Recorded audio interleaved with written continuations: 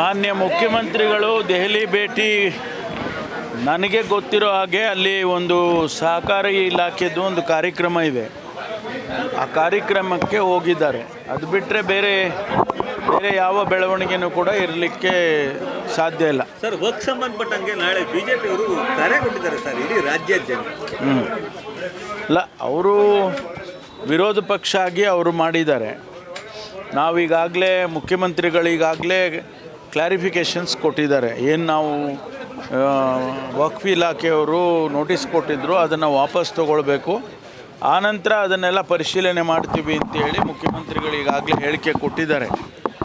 ಆದರೂ ಇವರು ರಾಜಕೀಯ ಕಾರಣಕ್ಕಾಗಿ ಅದನ್ನು ಮಾಡ್ತಾಯಿದ್ದಾರೆ. ಪ್ರತಿಭಟನೆಗಳನ್ನ ಎಲ್ಲ ಜಿಲ್ಲೆನಲ್ಲೂ ಕೂಡ ರಾಜಕೀಯ ಕಾರಣಕ್ಕಾಗಿ ಮಾಡ್ತಿದ್ದಾರೆ.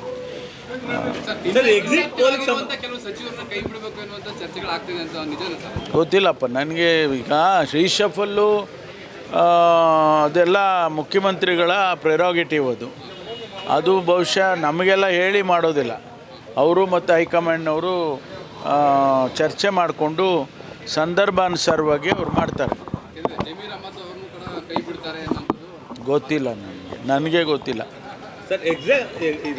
ಎಕ್ಸಿಟ್ ಪೋಲ್ ಎಲ್ಲವೂ ಕೂಡ NDA ಪರವಾಗಿದೆ ಅನ್ನೋದು ರಿಸಲ್ಟ್ ಕಂಡುಬರ್ತಿದೆ ಸರ್. ಅಲ್ಲ, ಅವರು ನೋಡಿ, ಎಕ್ಸಿಟ್ ಪೋಲ್ ಎಲ್ಲವೂ ಎಲ್ಲ ಸಂದರ್ಭದಲ್ಲೂ ನಿಜ ಆಗೋದಿಲ್ಲ. ಈಗ ನಾನು ಮಹಾರಾಷ್ಟ್ರ ಇನ್ಚಾರ್ಜ್ ಇದ್ದೆ, ಅಲ್ಲಿ ಬೇರೆಯೇ ಇದೆ ಅಲ್ಲಿ ವಾತಾವರಣ. ಅದರಲ್ಲಿ 2-3 ಚಾನಲ್ನವರು ಅಥವಾ 2-3 ಸರ್ವೆ ಮಾಡಿದಂಥವರು ಮಹಾಯತಿ ಅಗಾಡಿಗೆ ಕೊಟ್ಟಿದ್ದಾರೆ, 162 ಸೀಟ್ ಕೊಟ್ಟಿದ್ದಾರೆ. BJPಗೆ ಅವರ ಅಲಯನ್ಸ್ಗೆ 128 ಸೀಟ್ ಕೊಟ್ಟಿದ್ದಾರೆ. ಅಲ್ಲಿ ಅದಕ್ಕೇನು ಹೇಳ್ಬೇಕು ನಾವು? ಕೆಲವರು NDA ಪರವಾಗಿ ಕೊಟ್ಟಿದ್ದಾರೆ, ಕೆಲವರು ಇಂಡಿಯಾ ಪರವಾಗಿ ಕೊಟ್ಟಿದ್ದಾರೆ. ಅದನ್ನು ನೋಡೋಣ ಫಲಿತಾಂಶ ಬಂದಾಗ. ಆದರೆ ನನಗೆ ವಿಶ್ವಾಸ ಇರೋದು ಮಹಾರಾಷ್ಟ್ರ ನಮ್ಮ ಅಲಯನ್ಸ್, ಇಂಡಿಯಾ ಅಲಯನ್ಸು ಅಧಿಕಾರಕ್ಕೆ ಬರುತ್ತೆ ಅಂತ. ರಾಜ್ಯದ 3 ಉಪಚುನಾವಣೆಗಳು ಏನಾಗ್ತದೆ? 3ರಲ್ಲಿ ನಾವು 3 ಗೆದ್ದಿತೀವಿ ಅಂತ ವಿಶ್ವಾಸ ಇದೆ. ಫಲಿತಾಂಶ ಬಂದ ಮೇಲೆ ತಾನೇ ಗೊತ್ತಾಗೋದು. ಆದರೆ ನಮಗಿರುವಂಥ ಮಾಹಿತಿಗಳು 3 ಕಾಂಗ್ರೆಸ್ ಗೆದ್ದಿಯತ್ತೆ ಅಂತ ಕೊಡ್ತಾ ಇದ್ದಾರೆ. ಸರ್, BPL ಕಾರ್ಡ್ ರದ್ದತಿ ವಿಚಾರಕ್ಕೆ ಸಂಬಂಧಪಟ್ಟಂತೆ ಕಾಂಗ್ರೆಸ್ ಬಡವರನ್ನು ಹೊಟ್ಟೆ ಮೇಲೆ ಹೊಡಿತು ಅಂತ ಹೇಳಿ ಬಿಜೆಪಿಯವರು ಆರೋಪ ಮಾಡ್ತಾರೆ. ನೋಡಿ, ಅವರು ಮೊದಲು ಕೇಂದ್ರ ಸರ್ಕಾರನ ಕೇಳಬೇಕು.